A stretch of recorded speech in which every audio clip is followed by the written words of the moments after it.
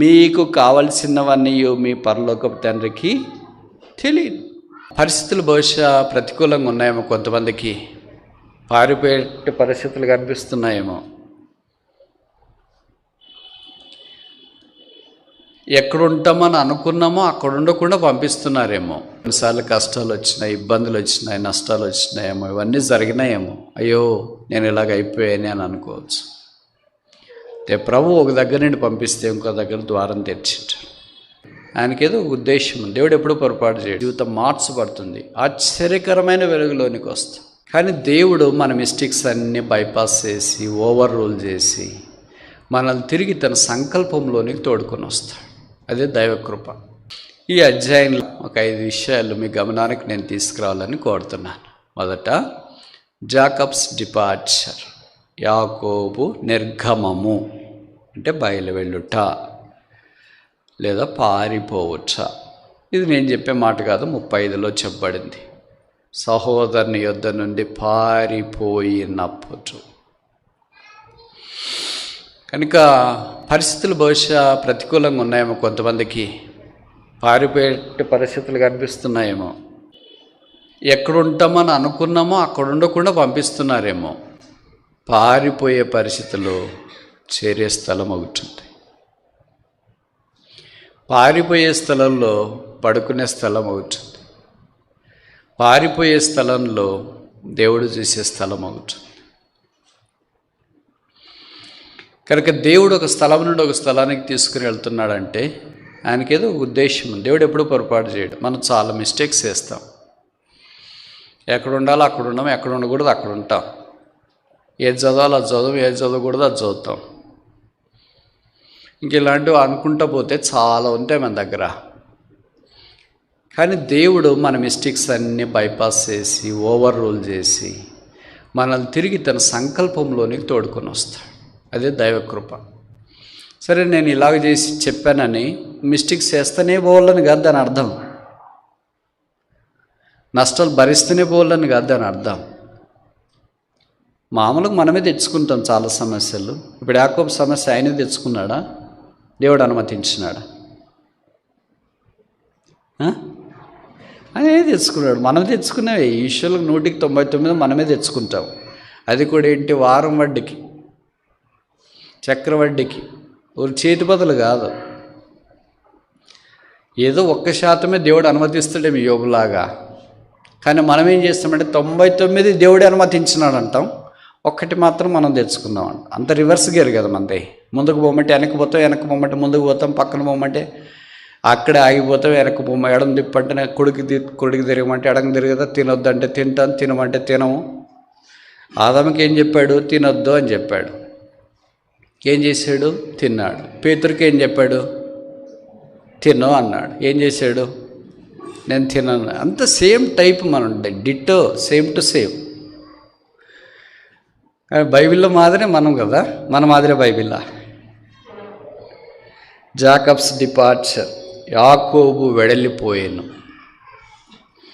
ప్రభుకు స్తోత్రాలు. His Exodus was entry into the plan of God. ఈ హైలైట్ వర్డ్ ఇది. His exodus from his family is entry into the God's family. తన కుటుంబములో నుండి నిర్గమము, దేవుని కుటుంబం అనే సంఘములోనికి, దేవుని మందిరములోనికి ప్రవేశం. Where there is no exit, there is no entry. నిర్గమే లేకపోతే ప్రవేశమే లేదు. కనుక ప్రభువును మీరు అంగీకరించిన తర్వాత కొన్నిసార్లు కష్టాలు వచ్చినాయి, ఇబ్బందులు వచ్చినాయి, నష్టాలు వచ్చినాయేమో, ఇవన్నీ జరిగినాయేమో. అయ్యో నేను ఇలాగ అయిపోయాని అని అనుకోవచ్చు. ప్రభు ఒక దగ్గర నుండి పంపిస్తే ఇంకో దగ్గర ద్వారం తెరిచింటాడు. దేవుని యొక్క ప్రణాళిక, ఉద్దేశం. ఒక చోట చేరి, ఎంత బాగుండలే, మధురంగా ఉండలే ఈ పదం. ఒక చోట చేరి వచ్చేది దేవుని ప్రజలకు ఇవ్వబడిన భాగ్యం. అది ఎలాంటి కష్టమైనా. ఎప్పుడు చేరి వచ్చినారు? పగల రాత్రే? ఎప్పుడు చేరి వచ్చినారు ఒక చోట? ఆ? రాత్రి ఏ జ్ఞాపం చేస్తుంది? మామూలు మనం పాడుతుంటాం, చీకటి కాలం వచ్చుండే. ప్రభు వారు కూడా భూమి మీద ఉన్నప్పుడు అన్నాడు, పగల్లోని ఎవరైనా పని చేయాలి, చీకటి వస్తుంది, అప్పుడు ఎవ్వడు పని చేయాలి. ఇప్పుడు చీకటి కార్యాలే, ఎక్కడ చూసినా పాపం అనేది చీకటి కనిపిస్తుంది, తాండవం ఆడుతుంది. ఆ పాపానికి విపరీతమైన ఆకర్షణ, అందుకే ప్రజలు పాపం వైపు ఈడుపడుతున్నారు. అయితే ఆ రాత్రి అక్కడ నిలిచిపోయి ఒక చోట కూడిన రాత్రి, లోకమంతా చీకటి ఆవరించిన ఆ రాత్రి అక్కడేముంది? వెలుగుంది. ఆ రాత్రి అక్కడ ఆదరణ ఉంది, ఆ రాత్రి అక్కడ నిద్ర ఉంది, విశ్రాంతి ఉంది. కానీ ఇంకా చీకట్లోనే ఉంటే మరలా జ్ఞాపం చేస్తున్నాం, ప్రభువుని యేసునందు విశ్వాసం ఉంచు. ఆయన వెలుగు భూమి మీద ఉన్నప్పుడు ఆయన అన్నాడు, I'm the light of this world, నేను లోకమునకు వెలుగై ఉన్నాను. 1 యోహాను 1:5, గాడ్ ఈస్ లైట్, దేవుడు వెలుగై ఉన్నాడు. ఆయన యందు విశ్వాసం ఉంచడం ద్వారా చీకట్లో నుండి ఆశ్చర్యకరమైన వెలుగులోనికి వస్తారు. చీకటి పాపం అది ఎప్పుడు పట్టి బంధిస్తూనే ఉంటుంది. చీకటి భయం, పాపం భయాన్ని తీసుకొని వస్తుంది. అయితే వెలుగు వచ్చిన తర్వాత భయం తొలగిపోతుంది, ఆనందం వస్తుంది, నెమ్మది, సమాధానం వస్తుంది. ఆ వెలుగు యేసు ప్రభు. అది సిలువ ద్వారా సాధ్యమైంది. యేసు రక్తం ప్రతి పాపము నుండి కడిగి పవిత్రులుగా చేయింది. ప్రభువుని యేసునందు నీ విశ్వాసం ఉంచితే జీవితం మార్చబడుతుంది, ఆశ్చర్యకరమైన వెలుగులోనికి వస్తుంది. ఈ వెలుగును గురించి బైబిల్లో రకరకాలుగా రాశారు. అపోస్తలుడైన పౌలు తార్సువాడైన సౌలుగా ఉన్నప్పుడు అపోస్తల కార్యాలు 9వ అధ్యాయంలో ఆకాశం నుండి ఒక వెలుగు వచ్చింది. 22వ అధ్యాయంలో గొప్ప వెలుగు వచ్చింది. 26వ అధ్యాయంకి వచ్చేటప్పటికి ప్రకాశమానమైన వెలుగు వచ్చింది. It's a progressive revolution of the light of God. దేవుని యొక్క పురోగమన ప్రత్యక్షతలో ఉన్న ఈ వెలుతురు యొక్క ప్రభావం ఇది. ఇప్పుడు నేను అడుగుతా, జవాబు చెప్పండి. లైట్ చూస్తే పడిపోతారా, నిలబడతారా? మీరు ప్రయాణం చేస్తున్నారు, లైట్ వేసినారు, పడినారా, నిలబడినారా? ఎట్లా ఉన్నారు? అట్లే ఉన్నారు. మరి బైబిల్లో రాయబడింది అపోస్తల కార్యాలు 9వ అధ్యాయంలో ఆకాశం నుండి వెలుగు రాగా ఎట్టబడ్డాడు? బోర్ల పడాడు. బహుశా ఈయన గుర్రం మీద నుండి పోతున్నాడు. వెలుగు పడేస్తుందా?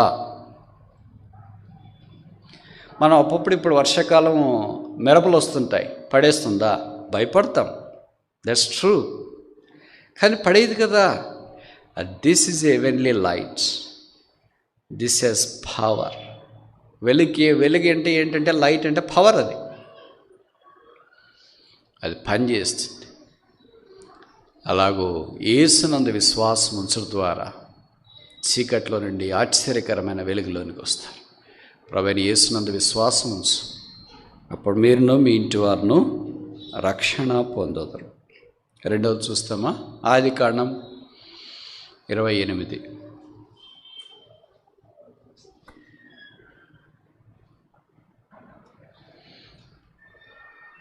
11.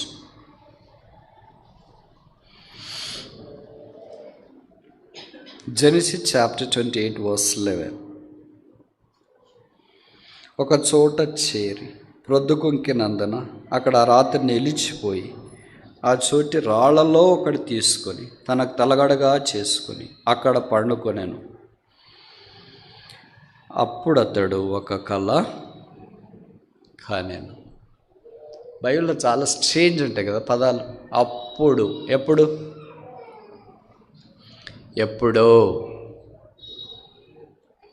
సరే, మీకు ఎవరికి తెలుగు వచ్చిస్తున్నట్లు లేదు, అంత ఇంగ్లీష్ మీడియం అనుకుంటా, నేను చెప్తా. అప్పుడు ఒక చోట చేరి రొద్దుగుంకినప్పుడు ఆ చోట రాళ్లలో, ఆ చోటే ఉన్నాయి. ఏం రాళ్ళు అవి?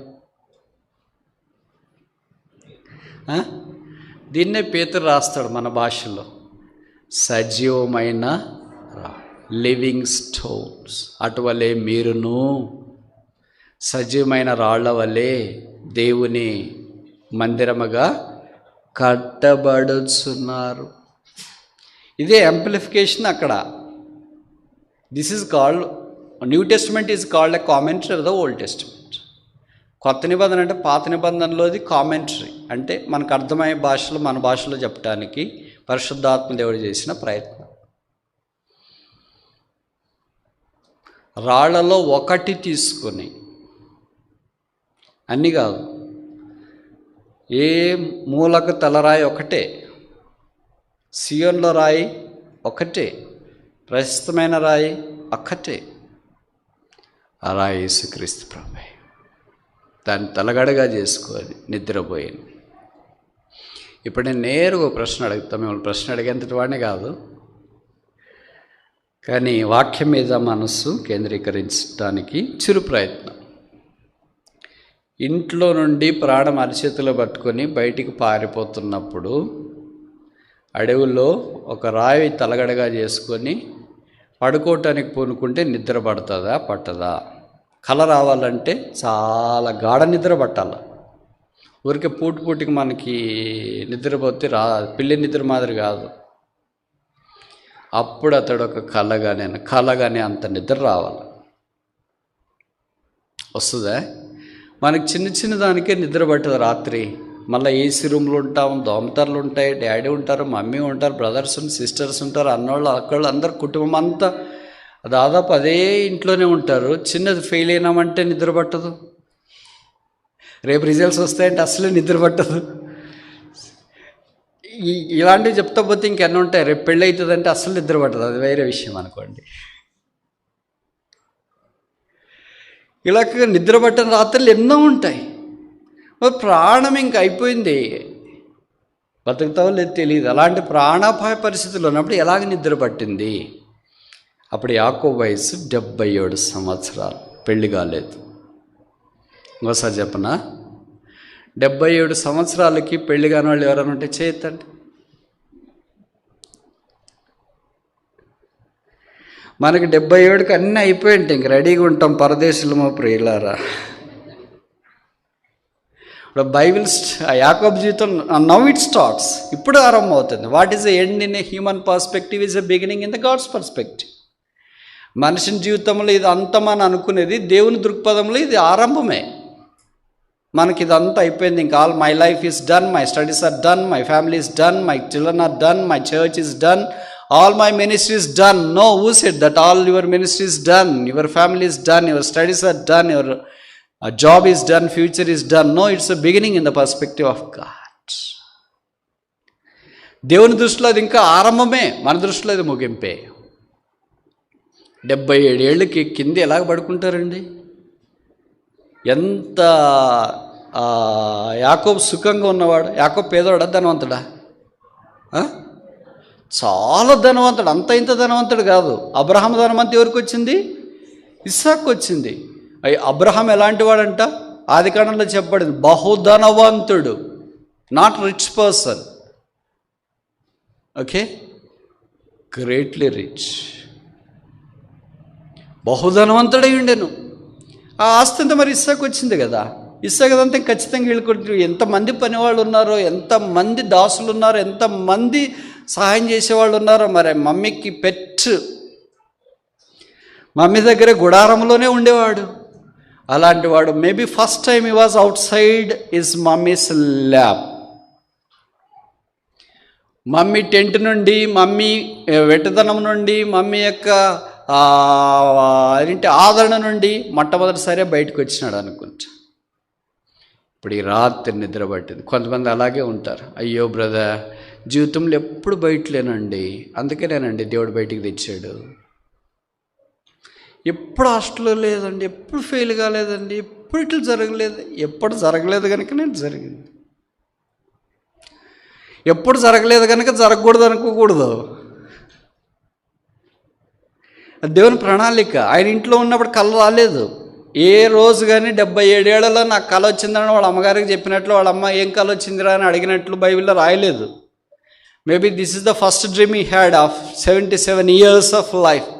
మనకు కూడా కళలు వస్తాయి, రకరకాల కళలు వస్తాయి. ఎంత తక్కువ చెప్తే అంత మంచిది దాని గురించి. అంతేనా?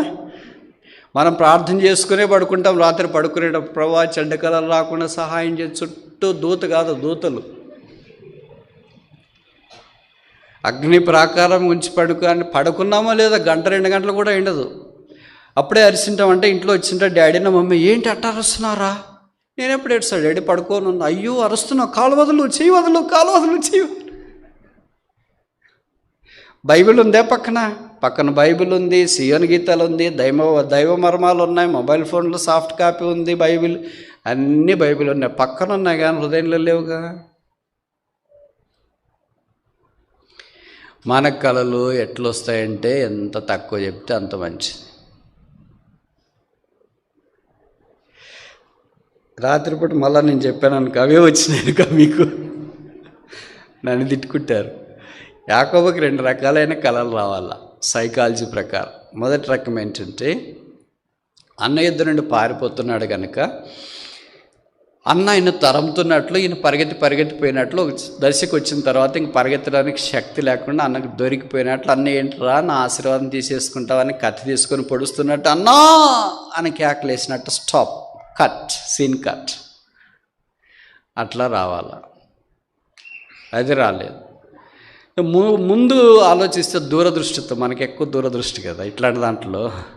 ముందు ఆలోచిస్తే మేనమామ అందమైన అమ్మాయి వావ్ వెళ్ళిన వెంటనే చూసింది, పలకరించింది, మాట్లాడింది, మామయ్య వచ్చేసాడు అని అనింది, ఇంట్లో అందరికి చెప్పేసింది. సరే వచ్చేసాడు కదా పెళ్లి చేస్తామని వాళ్ళ నాన్నగారు పెళ్లి చేసాడు. పెళ్ళి అయిపోయిన తర్వాత పిల్లలు అయినారు, ఒకళ్ళు కాదు, 2 కాదు, 12 మంది అయినారు. డాడీ అని వస్తే అందరిని కౌగలించుకున్నట్లు అట్లన్న కళ రావాలి. విచిత్రం ఏంటంటే ఈ 2 రాలేదు. అప్పుడతడు ఒక కళ కనెను. నాకు తెలిసి బైబిల్లో ఈ కళ ఒకళ్ళకే వచ్చింది ఒకేసారి. ఇలాంటి కళ ఎవరికి బైబిల్లో వచ్చినట్లు వాక్యంలో చూడు. నిచ్చెన వేయబడింది, పైనుండి కింద దాకా కనెక్షన్ ఉంది, దేవదూతలు ఎక్కుచూ దిగుచూ ఉన్నారు. కనుక రెండవది ఏంటంటే జాకబ్స్ డ్రీమ్, యాకోబు కళ. నేను చాలాసార్లు ఇట్లా ప్రార్థన చేసుకుంటా, ప్రభా ఇట్లాంటి దాంట్లో కొద్దిగా ఒక విషమంతా నాకు ఇలాంటి కళలు ఇవ్వచ్చు కదా అని. పొరపాటును కూడా ఇప్పటిదాకా రాలే. మీరన్నా ప్రయత్నం చేయండి, ఇలాంటివి వస్తే ఎంత బాగుండు అని. యాకోబు ఒక కళ కనెను. కళ కనే రాత్రి ఒక చోట ప్రొద్దుకొంకినప్పుడు ఉండేది మేళ, కలల కనకుండా తల్లి దగ్గర ఉండేది మేళ. కలగని ఒంటరిగా ఉండేది మేళ, లేదా ఒంటరిగా ఉండి కలగనేది మేళ, అందరు గుంపులో ఉండి కళ లేకుండా ఉండేది మేళ. రాత్రిపూట భయంతో రాళ్ళలో ఒకటి తలగడగా చేసుకుని అరణ్యంలో పడుకునేది మేళ, ఇంట్లో నా కుర్లానో డూలెక్స్ మంచి తలదిండి పెట్టుకుని పడుకునేది, నోకి అదేంటి ఐకియా దిండి పెట్టుకునేది, అది మేళ.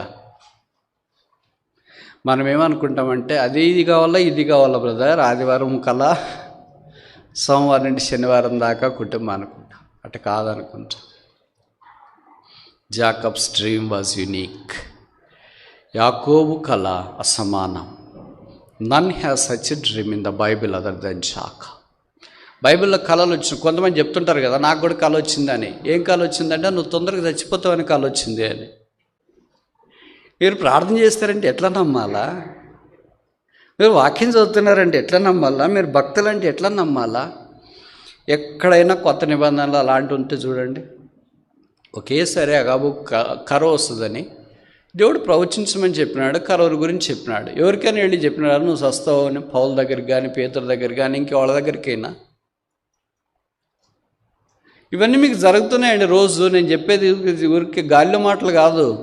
కొంతమంది మీకు వచ్చి చెప్తుంటారు మిమ్మల్ని గురించి, నాకు ఇలా కల వచ్చింది, భర్త భార్యను గురించో, భార్య భర్తను గురించో, పిల్లలు తల్లిదండ్రుల గురించో, తల్లిదండ్రుల పిల్లల గురించో. కొంతమంది గుండె గట్టిగా ఉన్నవాళ్ళు మాత్రం చెప్పకుండా అలాగే ఉంటారు. గుండె మెత్తగున్న వాళ్ళు మాత్రం మీకు చెప్పకూడదు కానీ అండి ఉండలేకపో. మీరు పోయినట్లు కల వచ్చింది. This all satanic. అట్లాంటివి కదా కళలు అంటే. యోసేపుకి కళ వచ్చింది, దానియేలుకి కళ వచ్చింది, బైబిల్లో యాకోబుకి కళ వచ్చింది. కళలు అంటే ఇట్టు రావాలి కానీ ఎవడో చనిపోయినట్లు అక్కడే ఇక్కడ అయినట్టు అక్కడ పోయి ఇటు పోయి, ఇన్ని చెడ్డ కళలు ఇవన్నీ. This all the work of the devil. దైవికమైన కళలు మాత్రమే నమ్మండి, దైవికం కానివన్నీ నమ్మొద్దండి. కొత్త నిబంధన కూడా మత్తయి వారు తెలిసిన వెంటనే కళ ఉంది. దేవుడు యోసేపుని నడిపించినాడు ఒక పద్ధతి ప్రకారం. అప్పుడు వాళ్ళకి అలాగ నడిపించడానికి దేవుడు ఇష్టపడినాడు. పిలాతు భార్యకు కూడా కళ వచ్చింది. దైవికమైన కళలు రావాలి కానీ ఆ నీతిమంతం జోలికి పోవద్దు అని ఆమె భాషలో చెప్పి పంపించింది. కానీ ఆయన చచ్చిపోయినట్లు నాకు కళ వచ్చిందండి, అట్లా రావాలి కదండి. మనకన్నీ అలాగొస్తుందండి. ఆశ్చర్యం ఇస్తే నాకు మళ్ళీ విశ్వాసులే, పరిచయమైన వాళ్ళే, మంచి ప్రార్థన పరులే, వక్తలే. This all అన్స్క్రిప్చరల్. వాక్యంలో ఎక్కడ కొత్త నిబంధనలు అలాగ లేదు. ఇలాంటి దైవికమైన కళ వస్తే అప్పుడు మీరు ఆలోచించండి. ఇప్పుడు నేను ఒక మాట అడగచ్చు, బైబిల్ ఎంతమంది కళలు కన్నారు? పాత నిబంధనలు ఎంతమంది? కొత్త నిబంధనలు ఎంతమంది? మొదటి కలగన్న వారెవరు? చివరి కలగన్న వారెవరు?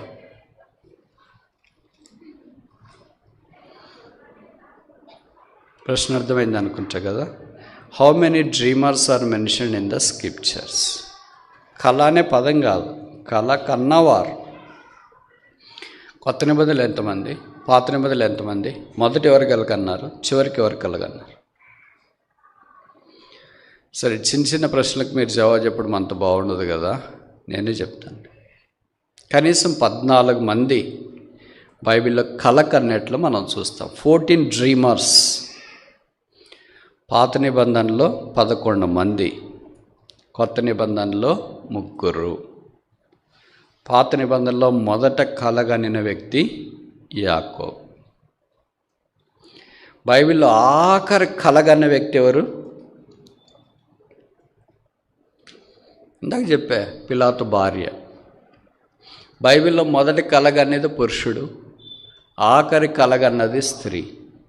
మొదట కలగన్నది పితరుడు, ఆఖరి కలగన్నది ఒక అధికారి భార్య. మొదట కళ దేవుని సంఘాన్ని గురించి, ఆఖరి కళ దేవుని గురించి. మొదటి కళ నిచ్చెన గురించి, ఆఖరి కళ నిచ్చెనైన యేసుని గురించి. మొదటి కళ దేవదూతలు ఎక్కుచూ దిగుచూ ఉన్నారు, ఆఖరి కళ దేవదూతలు దిగుచూ వచ్చి ప్రభువారికి శిలువ విషయంలో సహాయం చేసి. మొదటి కళ నెరవేర్చబడింది, ఆఖరి కళ నెరవేర్చబడాలి. ఇప్పుడు ఇలాంటి కళలు మనకేమన్నా వస్తాయా? మనకు వచ్చే కళలు బైబిల్లో ఉండవు, బైబిల్లో ఉండేవి మనకు రావు. ఎప్పుడు మనం మ్యాచ్ అయ్యేది? ఇట్లే జరిగిపోతుంది. పిలాతు భార్య ఆ నీతిమంతుని జోలికి. యూజువల్గా మీరు ఊహించండి, భర్త ఆఫీసులో ఉన్నప్పుడు భార్య ఇంట్లో నుండి ఫోన్ చేస్తేనే చాలా చిరాకు అనిపిస్తుంది. ఫోన్ మోగిందని 11కో 12కో ఎప్పుడో మధ్యాహ్నం లేదా ఉదయం, లిఫ్ట్ చేయకపోతే మళ్ళీ లేనిపోయిన సమస్యలు. అందుకనే ఫోన్ లిఫ్ట్ చేసి, ఏంటి చెప్పు అంటే, మీరు భోజనం చేసినారా అండి, టిఫిన్ చేసిన? ఈ మాటలు ఇప్పుడు అవసరమా? ఫోన్ పెట్టేయి అని పెట్టినారు అనుకోండి, ఎలాగుంటుంది అంటే, ఓ మధ్యలో ఉద్యోగం చేసేటప్పుడు ఏదైనా ఫోన్ చేయాలనుకుంటే ఎంతో ఇంపార్టెంట్ ఉండాలి. ఇప్పుడు పిలాతు ఎక్కడున్నాడు? సింహాసనం తీర్పు మీద ఉన్నాడు. ముందు కేసు జరుగుతుంది, యేసుప్రభు నిలబడినాడు. ఇది ఇన్స్టెంట్గా యాక్ట్ కావాలా. అందుకే కళ వచ్చింది ఆమెకి. వచ్చిన తర్వాత వెంటనే ఏం చేసింది? బహుశా పేపర్ తీసుకొని రాసిందేమో. రాసేవాళ్ళు వాళ్ళు ఇంటి దగ్గర ఉంటాడు కదా, అటెండర్ లాంటి వాడు, ఆడిని పిలిచి ఇచ్చేసిరా అని చెప్పిందేమో. ఆడు అన్నాడేమో, ఎప్పుడు ఇవ్వాలి మేము? ఇప్పుడు అక్కడ జరుగుతుంది, జడ్జిగా ఆయన నిలబడి తీర్పు ఇవ్వబోతున్నాడు, కోర్టులో ఉన్నాడు. భోజనానికి వచ్చిన తర్వాత ఇస్తానులేమ్మా, సాయంకాలం వచ్చేటప్పుడు ఇమ్మంటారమ్మా, కార్ డ్రైవ్ చేసేటప్పుడు. ఇప్పుడే వెళ్ళి ఇచ్చిరా. ఆ తీర్పులోనే మధ్యలోనే పోయినాడు. ఎంత పవర్ఫుల్ కదా డ్రీమ్ అది.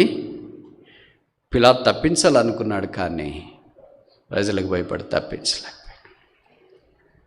అది ఆఖరి కళ. సరే, ఇప్పుడు మెట్టుకు డ్రీమ్, కళ, దేవుని మందిరాన్ని గురించి, దేవుని సంఘాన్ని గురించి మనకు కూడా అలాగుంటే ఎంత బాగుంటుంది. మొదటిది జాకబ్స్ డిపార్చర్, యాకోబు నిర్గమము. రెండవది జాకబ్స్ డ్రీమ్, యాకోబు కళ. మూడవది ఆదికాండం 28.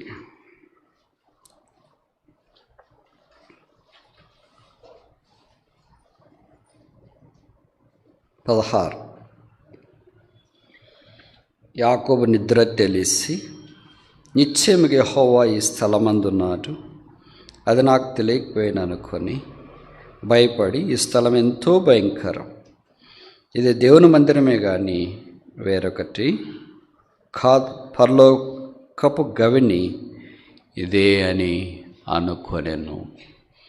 జాకబ్స్ డిటర్మినేషన్, ఇది దేవుని మందిరమే.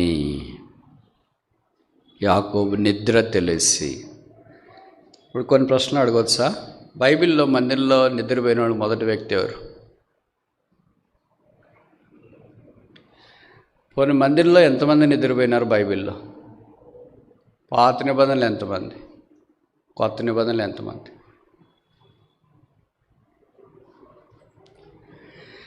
బైబిల్ ఎంతమంది తెలియదు కానీ మా మందిరంలోనే చాలామంది నిద్రపోతారు కదా అంటారు.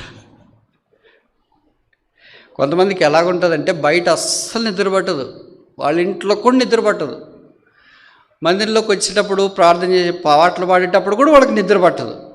వాక్యం చదివి చెప్పడం ఆరంభించినామంటే నిద్ర ముంచుకొని వస్తుంది కదా.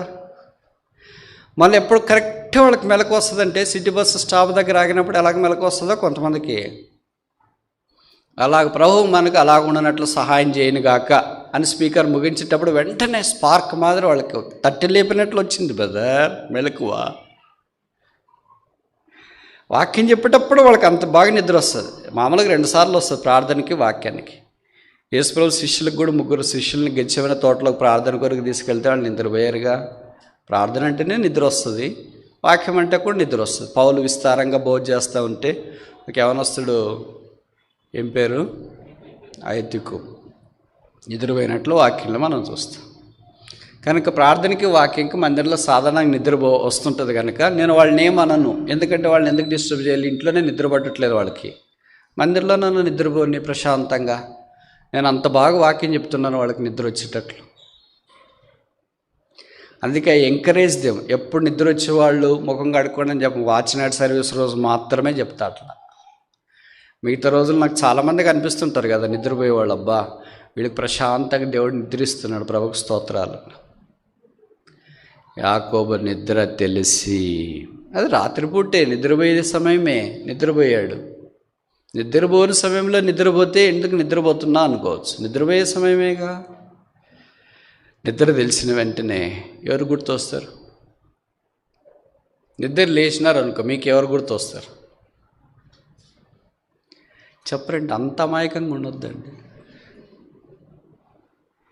ఎవరు గుర్తొస్తారు? భార్యకి భర్త గుర్తొస్తాడు, భర్తకి భార్య గుర్తొస్తారు, వాళ్ళిద్దరికి పిల్లలు గుర్తొస్తారు, పిల్లలకి తల్లిదండ్రులు గుర్తొస్తారు, చదువుకునే వాళ్ళకైతే టీచర్లు గుర్తొస్తారు, హోంవర్క్ గుర్తొస్తుంది, ఇలాగ రకరకాల సమస్యలు సృష్టించే వాళ్ళు గుర్తొస్తాయి. ఇవన్నీ వేసి కొంతమంది ఏం చెప్తారు, అసలు నిద్రలోనే వాళ్ళు గుర్తొస్తున్నారని చెప్తుంటారు. టీచర్ తిడతాడా, సేవకులు తిడతాడా, విశ్వాసులు తిడతాడా, బోధకులు తిడతారా, నిద్రలోనే వాళ్ళు గుర్తొస్తారు అని చెప్తారు. నిద్ర తెలిస్తే యాకోబుకి ఎవరు గుర్తొచ్చారు? మరి అమ్మగారు గుర్తురాలే, నాన్నగారు గుర్తురాలే, అన్న గుర్తురాలే, ఎవరు గుర్తొచ్చారు? నిశ్చయముగా దేవుడి స్థలమందున. 77 ఏళ్ళుగా దేవుడు అనే మాట ఆయన నోట్లో నుండి వచ్చినట్లు నాకు పరిచయం లేదు. ఇప్పుడు వచ్చింది. అప్పటిదాకా వాళ్ళ అమ్మ వాళ్ళ నాన్న ఇరుగు పొరుగు అంత ఉన్నాడేమో. దేవుడు ఒక స్థలంలోనికి తీసుకొని వస్తున్నాడు. ప్రతి నాలుక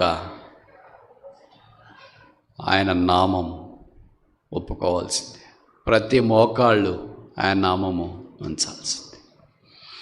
కనుక దేవుడు అనే పదం పలకనోళ్ళకు కూడా దేవుడు ఆ పదం పలికిస్తాడు. నాస్తికులు కూడా చచ్చిపోయేటప్పుడు పడక మీద ఉండి ఓ గాడ్ అన్నారు, ఇన్సిడెంటల్గా, యాక్సిడెంటల్గా. యాకోబు ఇప్పుడు దేవుడి స్థలం అందున్నాడు.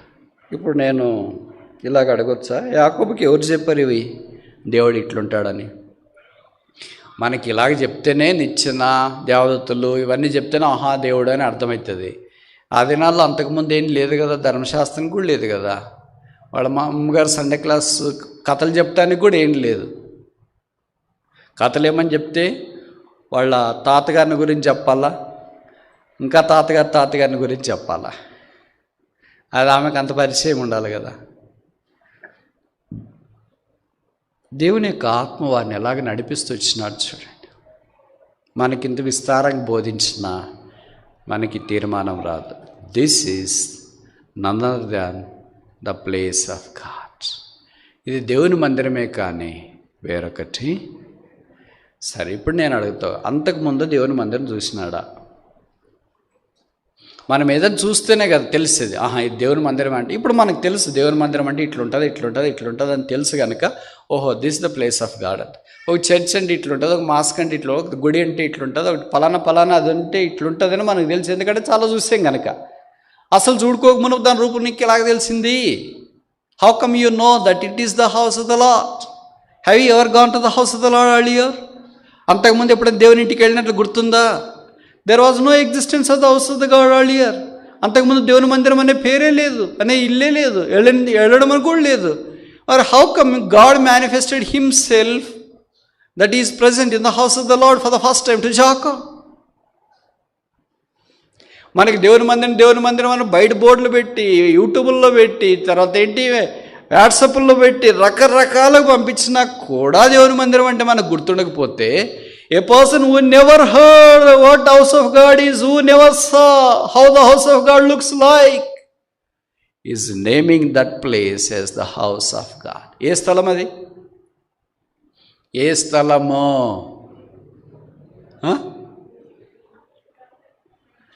ఏ స్థలమో?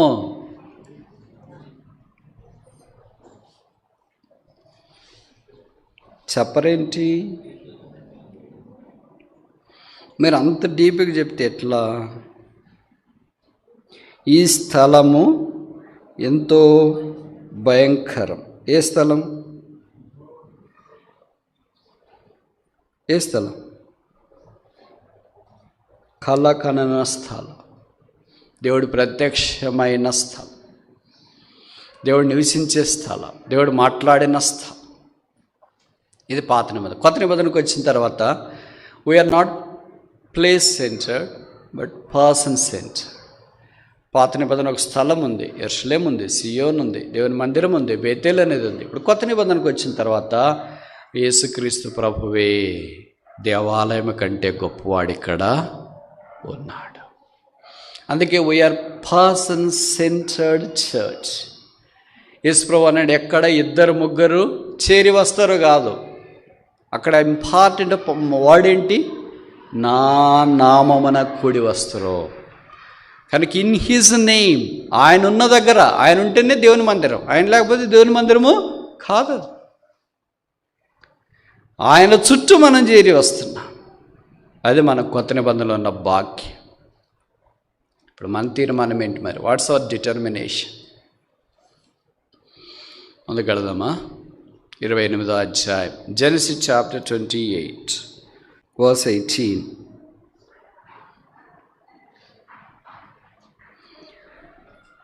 తెల్లవారినప్పుడు యాకోబు లేచి తాను తలగడగా తీసుకుని రాయి తీసి దానిని స్తంభముగా నిలిపి దాని కొన మీద నూనె పోసెను. Jacob's dedication. నూనె పోయడం అనేది నాకు తెలిసి మొదటిసారి ఇది బైబిల్లో. ఎవరు చెప్పకునేవన్నీ ఎట్ట చేశాడు? మనకి ఇన్ని చెప్పినా కూడా చేయలేకపోతున్నాం ఏంటి?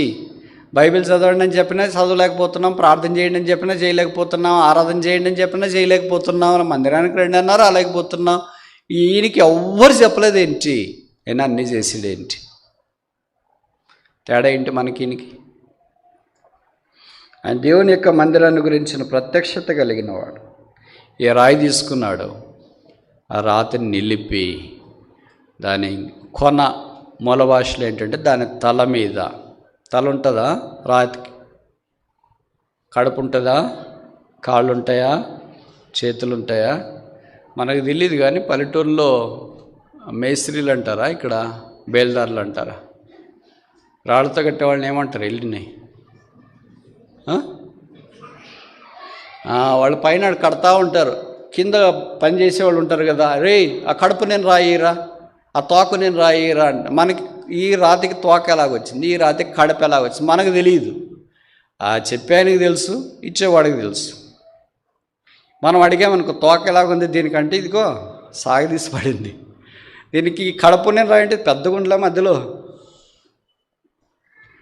ఏ రాతి తల మీద నూనె పోసి. అడిగి యాకోబు తాను ప్రభువు వారికి తన సన్నిధులు, దేవుని సన్నిధిలో ప్రతిష్ఠించుకోవడానికి ఇష్టపడ్డాడు.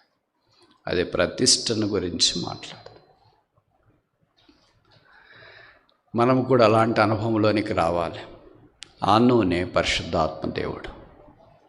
కొత్త నిబంధనలో పరిశుద్ధాత్మ దేవుని యొద్దకు మనం తీసుకురావచ్చు. కనుక దేవుని మందిరముగా మనం చేరిన వెంటనే, రక్షించబడిన వెంటనే సంఘములోకి భాగమవుతున్నాం. పరిశుద్ధాత్మ దేవుని యొక్క అభిషేకంలోనికి మనం తీసుకురావాలి. దేవుని యొక్క దయ. 5వ దాకా చూసి ముగిస్తామా? 28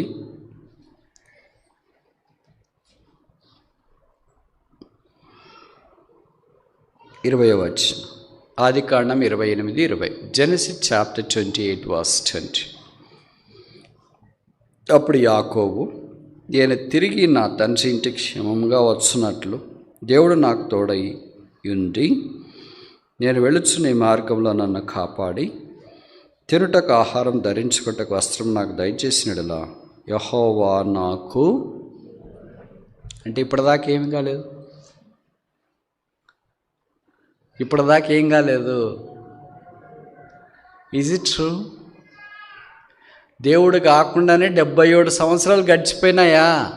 ఇట్స్ పాసిబుల్. దేవుని మంచి ఫ్యామిలీలోనే పుట్టినాడు. అసలు మా తాతగారు ఎవరో తెలుసా మీకు? మా నాన్నగారు ఎవరో తెలుసా? మీ నాన్నగారు గొప్పోళ్ళే, మీ తాతగారు గొప్పోళ్ళే, మీ తాతగారు గొప్పోళ్ళే, అంత గొప్పోళ్ళే. నీకు దేవుడు తెలుసా? తెలీదు. 77 years elapsed, but he hasn't encountered God personally.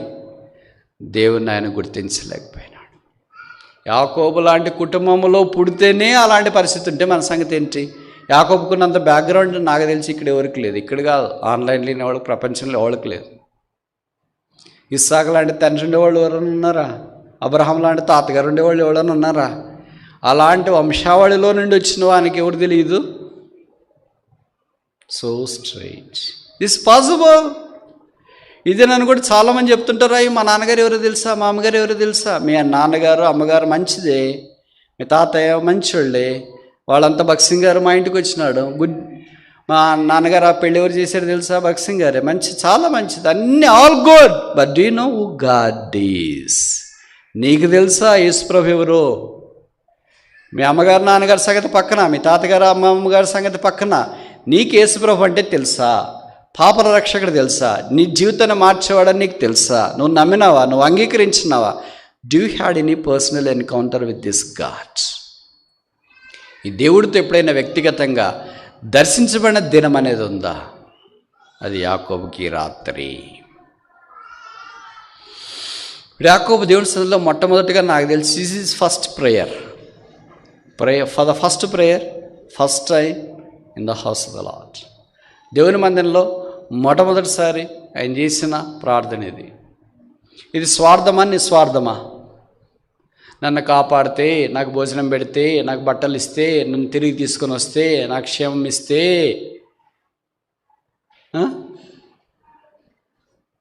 ఇది స్వార్థమా కాదా? చెప్పరేంటి? ఎప్పుడు మీరు ఇట్లాంటి ప్రార్థన చేయరు కదా. ఓన్లీ హై, నీ పోలికలో నన్ను మార్చు ప్రభు, పాట కాదు.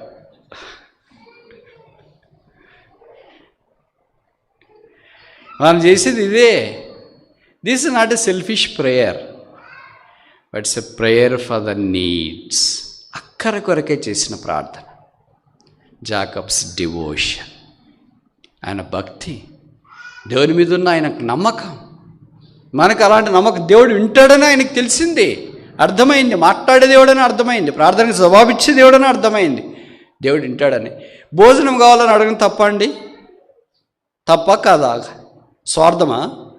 నాకు బట్టలు ఇవ్వండి అనడం స్వార్థమా? తల్లి దగ్గరికి వెళ్ళి అమ్మ నాకు భోజనం పెట్టాను స్వార్థం ఎలాగైద్ది? తల్లి దగ్గరికి వెళ్ళి డాడీ నాకు బట్టలు కావాలని స్వార్థం ఎలాగైద్ది? నన్ను భద్రంగా స్కూల్కి డ్రాప్ చేయ లేదా కాలేజీకి డ్రాప్ చేయి పికప్ చేయని స్వార్థం ఎలాగైద్ది? ఇవి కాదు కదా. దీస్ ఆర్ ఆల్ నీడ్స్, అక్కరలు. అందుకే ఇదే తీసి యాంప్లిఫై చేసి యేసుప్రభువు వారు మత్తయి సువార్త కొండ మీద ప్రసంగంలో అన్నారు, మీకు కావలసినవన్నీ మీ పరలోకపు తండ్రికి తెలియదు. కనుక 6:33 చెప్పబడింది, seek ye first the kingdom of God, then everything shall be added unto you. దేవుని రాజ్యాన్ని మొదట నీతిని వెతుకుడి, తర్వాత సమస్తం మీకు అనుగ్రహించబడు. అనేక సందర్భాల్లో దేవుని రాజ్యాన్ని నీతిని ఎతికే విషయంలో మనం తప్పిపోయాం. అందుకనే బహుశా మన అక్కలు తీర్చబడట్లేదు. What's our devotion? దేవుడికి మనమంటే లేదా మన యొక్క భక్తి పారవస్యం ఏంటి?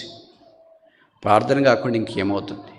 అందుకే కీర్తనలు రాశారు, నేను చేతులు ఎత్తుట సాయంకాల నైవేద్యం. భక్తి అదే.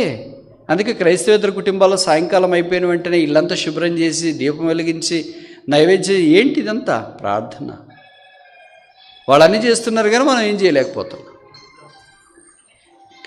కనుక దైవ సాన్నిధ్యాన్ని అనుభవించి వారు చేసిన ప్రార్థన ఇప్పుడు ముగించక మునుపు దేవుడు ఈ ప్రార్థనకు జవాబిచ్చాడా లేదా? ఆయనకు బట్టలు ఇచ్చినాడా? ఆయనకు ఆహారం ఇచ్చినాడా? ఆయన కాపాడినాడా? ఆయన తిరిగి తీసుకొని వచ్చినాడా? Yes are no? అవునా కాదా? ఇచ్చాడా లేదా? అన్నీ ఇచ్చాడు. ఇస్తే నీవు నాకు ఇచ్చిన దాంట్లో దశమాంసములు నీకు ఇచ్చదనని ఆయన మొక్కుకొని నేను. That's call devotion. మొక్కుబడి. ఒకే రాత్రి ఎన్ని జరుగుతాయా? మనకి ఎన్ని రాత్రులు గడిచిపోయినాయి, ఎన్ని పగలు గడిచిపోయినాయి, ఎన్ని వారాలు గడిచిపోయినాయి, ఎన్ని మళ్ళీ నెలలు గడిచిపోయినాయి, ఎన్ని సంవత్సరాలు గడిచిపోయినాయి, ఎన్ని వాచ్ నైట్ సర్వీసులు జరిగిపోయినా ఏమి హృదయంలో విషమంతా కూడా మారదే, విషం కూడా మారదు. ఇంక 1 night is a complete transformation of 180 degrees. ఈ తీసుకునేవాడే కానీ ఇచ్చేవాడు కాదు ఎప్పుడెవరికి. అందుకే బైబిల్ పండితులు రాశాడు, wherever there is a gain or a profit or a blessing, Jacob is 100% willing to obey for any extent. ఎక్కడైనా మేలుంది, లాభం ఉంది, క్షేమం ఉంది, పలానాది వస్తుంది అని అంటే 100% విధేయత చూపించడానికి ముందుంటాడంట. అంటే అర్థం ఏంటి? వాళ్ళ అమ్మగారు చెప్పింది అదే కదా, మీ నాన్నగారు ఆశీర్వదిస్తారా వేట మాంసం తీసుకుని వెళ్ళంటే ఈ వాస్ దేర్. అన్న ఆశీర్వాదం నాకెందుకులే మమ్మీ అనే మాట రాలేకపోయింది. అలాంటి వాడు ఇప్పుడేమంటున్నాడంటే నో ఐ విల్ గివ్. ఇప్పుడు నేను ప్రభుకు దశమాంశాలు ఇస్తాను, మొక్కుకొనేను. ఇప్పుడు ఒక మాట అడగొచ్చా? బైబిల్ ఎంతమంది మొక్కుబడులు చేసుకున్నారు? మొదట ఎవరు చేసుకున్నారు? ఆఖరి ఎవరు చేసుకున్నారు? మనం ఏమైనా మొక్కుబడి చేసుకున్నామా? కొంతమంది మొక్కుకొని ఉంటారు, ప్రభువా నువ్వు నాకు బిడ్డని ఇస్తే నీ సేవకి, నాకు చదివిస్తే నీ సేవకి, నాకు ఉద్యోగం ఇస్తే మొదటి జీతం నీకే, నాకు పలానా ఇస్తే మొదటిది నీకే అని ఎప్పుడో మర్చిపోయినారు వాళ్ళు కదా. అందుకే వాక్యంలో రాశారు కదా, మానవ చరిత్రలో 6000 సంవత్సరాల మానవ జీవితంలో మహాజ్ఞాని సొలొమోను రాసిన ప్రసంగిలో, నీవు మొక్కుబడి చేసుకున్న తర్వాత త్వరగా చెల్లించు, లేని ఎడల మొక్కుబడి చేసుకొనకుండుటయే మేలు. మొక్కుబడి చేసుకున్న మంచిది, తప్పేం కాదు. It's not unscriptural, it's scriptural only. కానీ చేసుకుని మనం ఏంటంటే గడ్డెక్కటానికి, నాకు బీఈడి సీట్ ఇస్తే ఉద్యోగం వస్తే ఎప్పుడు నీ సేవ అనుకోవాల్సింది ఆయన అంతే. నాకు మంచి ప్రపోజల్ అమ్మాయి కానీ అబ్బాయి కానీ వస్తే మా ఇద్దరు కలిసి ఎప్పుడు మందిరంలోనే ఉంటాము అనుకుంటూనే ఉన్నాడు. ఆయన పాపం ఏం చేస్తాడు ఆయన అనుకుంటాడు. అలాంటి వాళ్ళు ఎంతమంది ఉన్నారు. బైబిల్లో మొక్కుబడులు 2 రకాలు. మొదటి రకం ఏంటి? పాజిటివ్, మంచిగా దైవికంగా మొక్కున్నాడు. రెండవ రకం ఏంటి? నెగిటివ్. నెగిటివ్ అంటే అని చంపేదాకా నేను తినను, పలానా వాళ్ళని చంపుతా, అప్పటిదాకా గడ్డం తీయను. ఇది నేను చెప్పే మాటలు కదా, బైబిల్లోనే. పౌలుని చంపుతామని 40 మంది భోజనం చేయము చంపేదాకా అని తీర్మానం మొక్కుకున్నారంట. యెఫ్తా మీకు తెలుసు కదా, న్యాయాధిపతుల్లో ఉన్న ఫలంగా చేసిన పొరపాటును బట్టి కూతురు పోగొట్టుకో. నేను ఇంటికి వెళ్తా, ఇప్పుడు ఎవరు మొదట వస్తే వాళ్ళని నీకు బలిస్తుంది. These are all called rash, ungodly, uncultured, unchrist like మొక్కుబళ్ళు. అవి కాదు మొక్కుబడి. నేను మొక్కుంటున్నాను ప్రభా, మా ఇంటి ఎదురింటి వాళ్ళు చచ్చిపోతే, మమ్మల్ని విసిగించేవాళ్ళు చచ్చిపోతే మొదటి జీతం నీకు ఇస్తా. ఇవి కాదు మొక్కుబళ్ళు. దైవికమైన మొక్కుబడి చేసుకో. బైబిల్లో అలాంటి వాళ్ళు 7 మంది ఉంటారు కనీసం. పాత నిబంధనలు 6 మంది, కొత్త నిబంధనలు 1. పాజిటివ్ ఓస్, అగ్రెసివ్ కాదు. పౌలను చంపేదాకా మేము అన్నం తినము ఆ టైపు కాదు. యెఫ్తా వాళ్ళే నేను వెళ్తా, ముందు ఎవరు వస్తే వాళ్ళు నీకు బలి అర్పిస్తా ఆ టైపు కాదు. This all negative. కానీ యాకోబు మొక్కుబడి, నన్ను కాపాడి భద్రంగా తీసుకొని వస్తే దశమాంశాలు నీకు ఇస్తా. హన్నా మొక్కుబడి, నువ్వు నాకు కుమారుని ఇస్తే నేను నా కుమారుని సేవకి ఇచ్చి వేస్తా. అలా బైబిల్లో మొక్కుకున్న వాళ్ళని మనం చూస్తాం. పాత నిబంధన అంతట్లో కనీసం 6 మంది అలాంటి వాళ్ళు కనిపిస్తారు. కొత్త నిబంధనలు ఒకళ్ళు. పౌలు మొక్కుబడి ఉన్నందున. మనం ఏమన్నా అలాంటివి ఉన్నాయా? భౌతికమైన మొక్కుబడిని గురించి మాట్లాడట్లేదు, ఆత్మీయమైన మొక్కుబడి. ప్రభువా, నేను నీ కొరికే సాగిపోవాలనుకుంటున్నాను, ఎంత బాగుండాలా మొక్కుంటే. కనుక దేవుని మందిరంకి సంబంధించి 5 విషయాలు చూసిన. మొదటిది ఏంటి? జాకబ్స్ డిపార్చర్, యాకోబు నిర్గమం. రెండవది ఏంటి? జాకబ్స్ డ్రీమ్, యాకోబు కళ. మూడవది ఏంటి? జాకబ్స్ డిటర్మినేషన్, తీర్మానం. నాలుగవది ఏంటి? జాకబ్స్ డెడికేషన్, ప్రతిష్టత. ఐదవది ఆఖరిది జాకబ్స్ డివోషన్, యాకోబు యొక్క భక్తి. మన సంగతి ఏంటి మరి? ఈ 5లో మనకి ఏదైనా ఒకటనే కనిపిస్తుందా? ఇది దేవుని మందిరమే కానీ వేరే కాదు. ప్రార్థన.